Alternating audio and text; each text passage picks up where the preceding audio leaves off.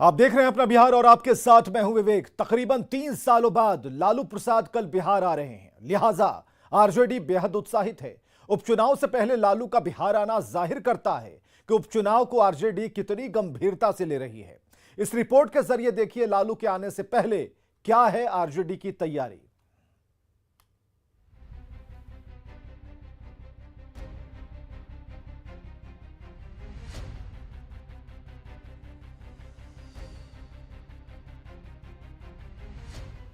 RJD कार्यालय में 6 ton की लालटेन। संगमरमर से बने इस 6 टन के लालटेन को राजस्थान से डिजाइन कर मंगाया गया है। ये तैयारी है लालू यादव के पटना आने की। सोमवार को लालू यादव की मौजूदगी में इस लालटेन को आरजेडी कार्यालय में लगाया जाएगा। मतलब लालू यादव के ग्रैंड वेलकम की तैयारी है। ये देखिए, इस जगह पे जो है 6 टन का लालटेन लगेगा, रखा जाएगा और उसको लेकर के यहाँ पे जो काम है वो किया जा रहा है। सुलिंग जो है वो की जा रही है और यहीं पे 6 फीट जो है 6 टन का लालटेन जो है वो लगाया जाएगा। और यहाँ पे वैसे आरजेडी का जो प्रतीक चिन्ह है, चुनाव चिन्ह है लालटेन, वो देखिए वो सजा हुआ है। और ये कमरा जो है लालू प्रसाद यादव का प्रदेश कार्यालय में जो है वो राष्ट्रीय अध्यक्ष का ये कमरा है, देख सकते हैं। दरअसल 5 अक्टूबर को ही लालू यादव ने पार्टी मीटिंग में ये साफ कर दिया था कि डॉक्टरों की सलाह से वो जल्द पटना आएंगे। सुनिए लालू यादव ने 5 अक्टूबर को क्या कहा था। देखते हैं कि समय बीच में समय निकाल करके हम डॉक्टर साहब को राय देंगे, हम आपके बीच में आएंगे। लगातार मैं बोल रहा हूँ कि मैं आपके बीच में आऊंगा। तकरीबन 3.25 साल बाद लालू यादव रविवार को पटना आ रहे हैं। डॉक्टरों ने उन्हें पटना आने की इजाजत दे दी है। लालू के साथ उनकी पत्नी राबड़ी देवी और बड़ी बेटी मीसा भारती भी पटना आ रही हैं। ये है उसके मुताबिक लालू प्रसाद यादव जो है वो दोपहर बाद जो है वो अपने आवास पे, यहाँ ये आवास है राबड़ी देवी का, और यहाँ वो आने वाले हैं। और जो जानकारी है उसके मुताबिक जो डॉक्टरों ने सलाह दी है उस सलाह के आधार पे ही लालू जो है वो पटना लौटने वाले हैं। हफ्ते भर बाद 2 सीटों पर उपचुनाव है। उपचुनाव से पहले कांग्रेस और तेज प्रताप की खटपट के बीच लालू की एंट्री पर सियासत की पैनी नजर है। पटना से न्यूज़ 18 के लिए अमित कुमार की रिपोर्ट। दुमका कोषागार से अवैध निकासी मामले में लालू प्रसाद फिलहाल जमानत पर हैं। लालू प्रसाद के वकील प्रभात कुमार ने कहा कि लालू प्रसाद को सशर्त जमानत नहीं मिली है और वे कहीं भी आने जाने के लिए स्वतंत्र हैं। साथ ही किसी भी तरह की राजनीतिक गतिविधियों में भी शामिल हो सकते हैं, बयान भी दे सकते हैं। उन पर कोई शर्त नहीं था, तो हाफ सेंटेंस पर मेरिट पर उनको बेल ग्रांट किया गया था। और जो फाइन अमाउंट था वो 5 लाख रुपया पीसी एक्ट में 5 लाख रुपये आईपीसी के तहत जमा करके उनको बेल दिया गया है। तो आने जाने में काहे के लिए रोक रहेगा? किसी तरह की कोई रोक नहीं है, कहीं कुछ भी कर सकते हैं, इस तरह का कोई कंडीशन इनके किसी भी बेल में नहीं है। इधर बिहार में चुनावी माहौल के बीच लगभग 3 साल के बाद आरजेडी के राष्ट्रीय अध्यक्ष लालू प्रसाद कल बिहार आने वाले हैं। अब लालू प्रसाद के बिहार आने से पहले बीजेपी और जेडीयू ने सियासी वार किया। दोनों पार्टियों का कहना है कि लालू के बिहार आने के बावजूद आरजेडी को चुनाव में कोई फायदा नहीं मिलने वाला। स्वास्थ्य के आधार पर जमानत मिली है और यदि उसका दुरुपयोग करें तो कानून तो है, सबके लिए है, वो जाएंगे। लेकिन उनके आने से जाने से कोई पहाड़ नहीं टूटने वाला है। लोग जानते हैं लालू जी क्या है। चुनाव है, सभी दल के लोग आते हैं, लालू जी भी आ रहे हैं, ये कोई नई बात नहीं है। आए, ठीक है, स्वागत है, वेलकम है। आए, अपने लिए प्रचार करें या जो भी उनको काम करना है करें, इसमें कोई नई बात तो है नहीं, पहले भी रहे हैं। इधर बीजेपी प्रवक्ता धनंजय गिरी ने भी लालू प्रसाद के बिहार आने पर तंज कसा। उन्होंने कहा कि लालू प्रसाद बहुत पहले बिहार से जा चुके हैं। तो कहूँगा लालू यादव बिहार से जा चुके हैं। लालू यादव को बिहार से गए हुए अरसा हो गया। अपने घपले, घोटाले, कृत्यों, कुकृत्यों की वजह से जो बिहार के दलित, शोषित, पीड़ित, वंचितों ने लालू यादव में जो उम्मीद जलाई थी और जिस तरह से लालू यादव ने बिहार को छला है, ठगा है, उस तरह से बिहार की जनता से बिहार से लालू जी पहले ही जा चुके हैं और रही सही कसर उनके पुत्रों ने पूरी कर दी है। अब लालू यादव बिहार जा रहे हैं, चुनाव प्रचार करेंगे या परिवार का विवाद निपटाएंगे, ये बड़ा इंटरेस्टिंग है। और पटना और दिल्ली के बीच में तो उन्हें पिसना ही है। जैसी कर्म करेगा वैसा फल देगा भगवान।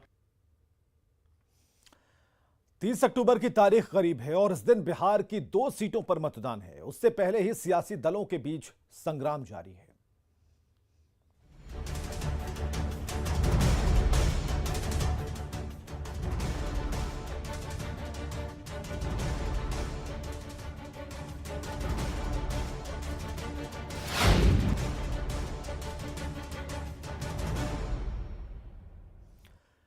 इधर दरभंगा के कुशेश्वर स्थान में नेता प्रतिपक्ष तेजस्वी यादव ने बड़ा दावा किया है। तेजस्वी ने एक बार फिर यह दावा दोहराया कि विधानसभा की दोनों सीटों पर उपचुनाव जीतकर वो खेला कर सकते हैं।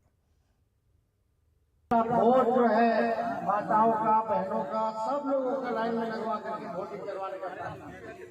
और हमको पूरा विश्वास है 2 जगह उपचुनाव चल रहा है। अगर 2 जगह अगर हम लोग ज्यादा अंतर नहीं खेला हो सकता है, ज्यादा अंतर नहीं है, इसलिए हम लोग आए हैं आपको ताकत मांगने के लिए। तो आशीर्वाद मिलेगा ना। मुंगेर के तारापुर विधानसभा उपचुनाव में पार्टियों ने अपनी पूरी ताकत झोंक दी है। आरजेडी और जेडीयू के दिग्गज नेता अपनी जुबानी तीर से एक दूसरे को घायल कर रहे हैं। जेडीयू के राष्ट्रीय अध्यक्ष ललन सिंह पिछले 3 दिनों से तारापुर में कैंप कर रहे हैं। वो गांव में सभाएं कर रहे हैं, वोट मांग रहे हैं। तो आरजेडी किसी भी हालत में इस सीट को गंवाना नहीं चाहती। नेता प्रतिपक्ष तो पहले ही मैदान में कूद चुके हैं। अपने 3 दिवसीय दौरे के दौरान उन्होंने लोगों को लामबंद करने की कोशिश की तो उनके विधायक डॉक्टर अनवारुल हक मुस्लिम बहुल क्षेत्रों में घूमकर लोगों से वोट की अपील कर रहे हैं। गोलबंद और उनको मालूम है किसको वोट देना है, तो इसलिए चुनाव में हमको नहीं लगता है कि चुनाव में कहीं कोई कठिनाई है। चुनाव हम लोग जितना वोट से पिछली बार चुनाव जीते थे उससे ज्यादा वोट से चुनाव जीते। तो अरुण शाह जी को उनको भेजा है और पूरी आवाम मुत्तहिद होके अरुण शाह को, हमें लगता है जो घूमने समय पता चला कि बहुत बड़ी बहुमत से, बहुत अच्छे मार्जिन से अरुण शाह जी जीत रहे हैं। और गोपालगंज से बड़ी खबर, जहां खान भूतत्व मंत्री के आप्त सचिव गिरफ्तार कर लिए गए हैं। बड़ी खबर इस वक्त की, खान और भूतत्व मंत्री का आप्त सचिव गिरफ्तार किया गया है। दिल्ली पुलिस ने गोपालगंज से गिरफ्तार किया। मंत्री जनक राम के आप्त सचिव बबलू आर्या गिरफ्तार कर लिए गए हैं। महेश कुमार नाम का कारोबारी, इस व्यक्ति की भी गिरफ्तारी हुई है। संसद भवन में एंट्री के लिए फर्जी पास बनवाने का आरोप है। सांसद डॉक्टर आलोक कुमार सुमन ने 3 सितंबर को गृह मंत्रालय से लेकर लोकसभा स्पीकर से इसकी शिकायत की थी। वहीं मंत्री जनक राम ने कहा कि उन्होंने सितंबर में ही बबलू आर्या को सस्पेंड कर दिया था और साथ ही दूसरे सचिव को भी, ज्योति भूषण को भी हटाया गया है। उसके बाद जांच शुरू हुई, चूंकि ये नेशनल सिक्योरिटी का मामला था और इसी तरह पूर्व में भी एक घटना हो चुकी है। पार्लियामेंट पर जो अटैक हो चुका है, वो अटैक इसी तरह फर्जी पास बना के ही हुआ था। इसलिए मैंने इसको अति आवश्यक समझा और तुरंत सूचित किया। जांच शुरू हुई। अब 4 दिन पहले बबलू कुमार आर्य पकड़े गए हैं और उनके निशानदेही पर एक और गोपालगंज के कोई महेश कुमार पकड़े गए हैं। ये आगे भी जांच जारी है और भी जो लोग इसमें शामिल होंगे पकड़े जाएंगे। 22 अक्टूबर की रात में धनरुआ के मोरियामा गांव में हुए बवाल ने कई सवाल खड़े कर दिए। पुलिस मिसकम्युनिकेशन और मिसअंडरस्टैंडिंग के बीच उलझ कर रह गई। असल में हुआ क्या था ये किसी को पता नहीं। पुलिस कुछ और कह रही है, ग्रामीण कुछ और कह रहे हैं। इस रिपोर्ट में देखिए आखिर धनरुआ क्यों धधका। ये तस्वीरें पटना से सटे धनरुआ थाने के मोरियामा गांव की है, जहां 22 अक्टूबर की शाम पुलिस और पब्लिक के बीच हुई झड़प में एक ग्रामीण की मौत हो गई, जबकि 3 अन्य जख्मी हो गए, जिन्हें इलाज के लिए अस्पताल में भर्ती कराया गया है। पथराव और फायरिंग के बाद फिलहाल हालात नियंत्रण में है, लेकिन गांव में अभी भी तनाव कायम है और लोगों में पुलिस के प्रति गहरी नाराजगी देखी जा रही है। यही सब लेकर डायरेक्ट वहाँ गया अथी करने, कहने से रोडबाजी थोड़ा कर दिया गया कि नहीं करेंगे तो घर तोड़ के हिल जाता। मुसहरी में जाकर पेट्रोलिंग पार्टी जो है मेरा मतदाता को डरा धमका रहा था।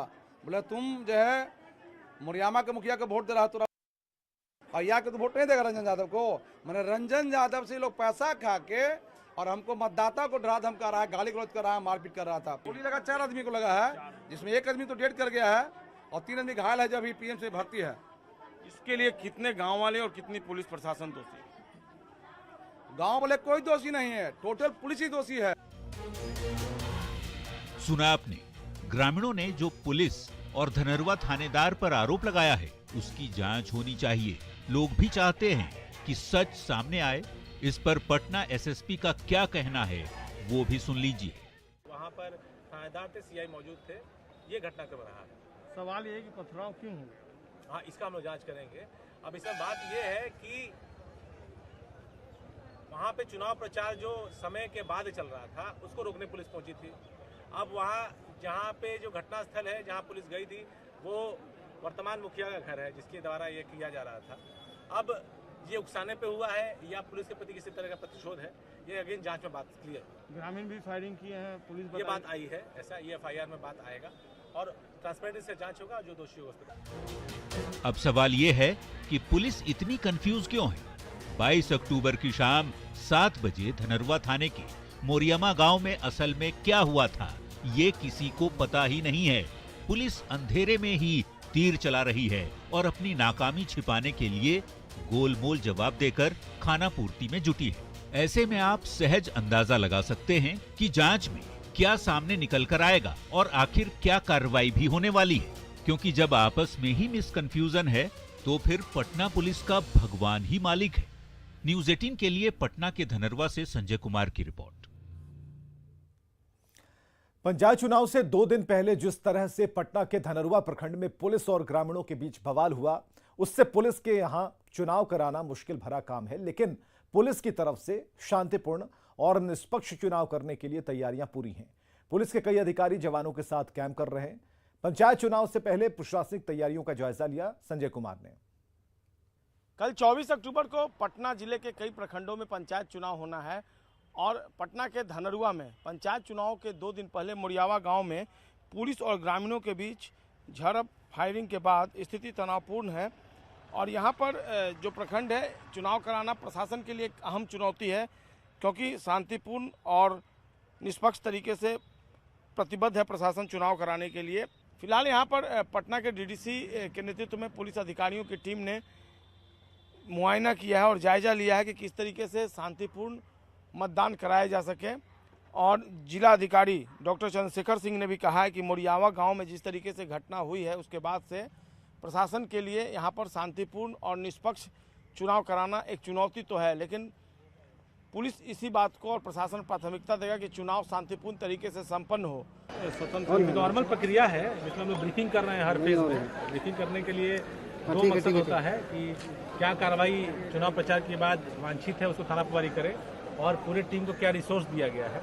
और इसमें हम लोग ये भी देखते हैं कि जो सूची में संधारित किए हैं 151 में गिरफ्तारी की और कितने लोगों का बाउंड डाउन है उसके ऊपर आज टच लोगों को कर दिया जाए ताकि कल किसी तरह का उपद्रव नहीं हो। और फिलहाल जिस तरीके से हालात बने हैं उसको देखते हुए प्रशासन लगातार चौकसी बरत रहा है और कोशिश यही है कि पुलिस के संरक्षण में शांतिपूर्ण तरीके से चुनाव संपन्न हो और हम उम्मीद करते हैं कि कल जो चुनाव होगा वह प्रशासन शांतिपूर्ण और निष्पक्ष चुनाव कराने में सफल रहेगा। कैमरा पर्सन मनीष जुनेजा के साथ संजय कुमार, न्यूज़ 18 धनरुआ। उत्तराखंड त्रासदी में मारे गए 10 बिहार निवासियों के परिजनों के प्रति डिप्टी सीएम रेणु देवी ने संवेदना जताई है और साथ ही सहायता राशि के लिए मुख्यमंत्री नीतीश कुमार का आभार व्यक्त किया है। उत्तराखंड के त्रासदी में मैं सबसे पहले उनके परिवार के लिए भगवान से प्रार्थना करती हूँ कि उसे ईश्वर दिवंगत आत्मा की शांति और उनके माता पिता जो भी हैं उनके परिवार के लोग उसे शक्ति दे कि वो सहन कर सके। सबसे ज़्यादा धन्यवाद हृदय से देना चाहती हूँ कि इस दुख की घड़ी में जो ही थोड़ा छोटा भी अमाउंट है हमारे मुख्यमंत्री जी ने अपने कोष से 2-2 लाख रुपए की घोषणा की है। मैं सबको हृदय से धन्यवाद देती हूँ। कटिहार में महानंदा नदी से कटाव जारी है। महानंदा नदी से कटाव का एक वीडियो भी वायरल हो रहा है और वायरल वीडियो कदवा प्रखंड के बलिया बेलोन का बताया जा रहा है, जहां महानंदा नदी एक स्कूल के 2 कमरे को अपनी धार में बहाकर साथ ले जाती है। नदी की तेज धार में स्कूल के पूरे भवन को संभाल लेने की बात सामने आ रही है। हालांकि कटाव से पहले स्कूल को दूसरी जगह शिफ्ट कर दिया गया था। तो ये तस्वीरें हम आपको दिखा रहे हैं। ये महानंदा नदी में आधा समा गया है, एक हिस्सा बचा हुआ है और ये भी जाने ही वाला है। आप देख रहे हैं इधर, इसके अगल बगल में जितना सब घर था, गांव का आदमी था, सब कट गया, सब नदी में समा गया।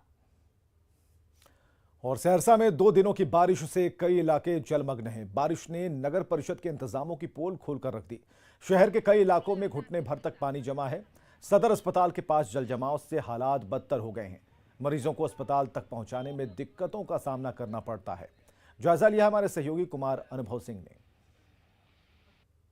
2 दिन की बारिश जो है नगर परिषद का पोल खोल के रख दिया है। अभी हम मौजूद हैं सदर अस्पताल के मुख्य द्वार पे। आप देख सकते हैं ये मुख्य द्वार है और यहाँ की हम हालात ये दिखाना चाहेंगे। यहाँ जल जमाव का ये समस्या सड़क पे घुटने भर से ज़्यादा पानी है। यहाँ पे आप देख सकते हैं किस तरह से जो है यहाँ पे जो है पानी का समस्या बना हुआ है। लोगों को जो है आवाजाही में काफ़ी परेशानी हो रही है, लेकिन जो है नगर परिषद मुख्य दर्शक बनी हुई है। यहाँ कुछ लोग मौजूद हैं, उनसे हम बात करना चाहेंगे। ये बताइए किस तरह की परेशानी है? बहुत ही ज़्यादा है। ये सदर अस्पताल टापू बना हुआ है, चारों बगल पानी से डूबा हुआ है, कहीं से भी आने जाने का रास्ता नहीं है। आप जो आए हैं अभी, क्या परेशानी लगी? बरसात में क्या दिक्कत? सर बहुत दिक्कत है, इतना पानी में दिक्कत है कि रिक्शा पेरा पलट गया था, वहाँ पर बुरा हाल है। वो गर्व स्कूल के पास भी वहाँ पे इतना पानी भर निकलने का कोई चांस नहीं है, उधर भी पानी। लेकिन यहाँ जो समस्या बनी हुई है वो काफ़ी जो है जो परेशानी का सबब है और नगर परिषद जो है वो मौन बना हुआ है। न्यूज़ 18 के लिए सहरसा से कुमार अनुभव। और आगे देखिए जोहार झारखंड।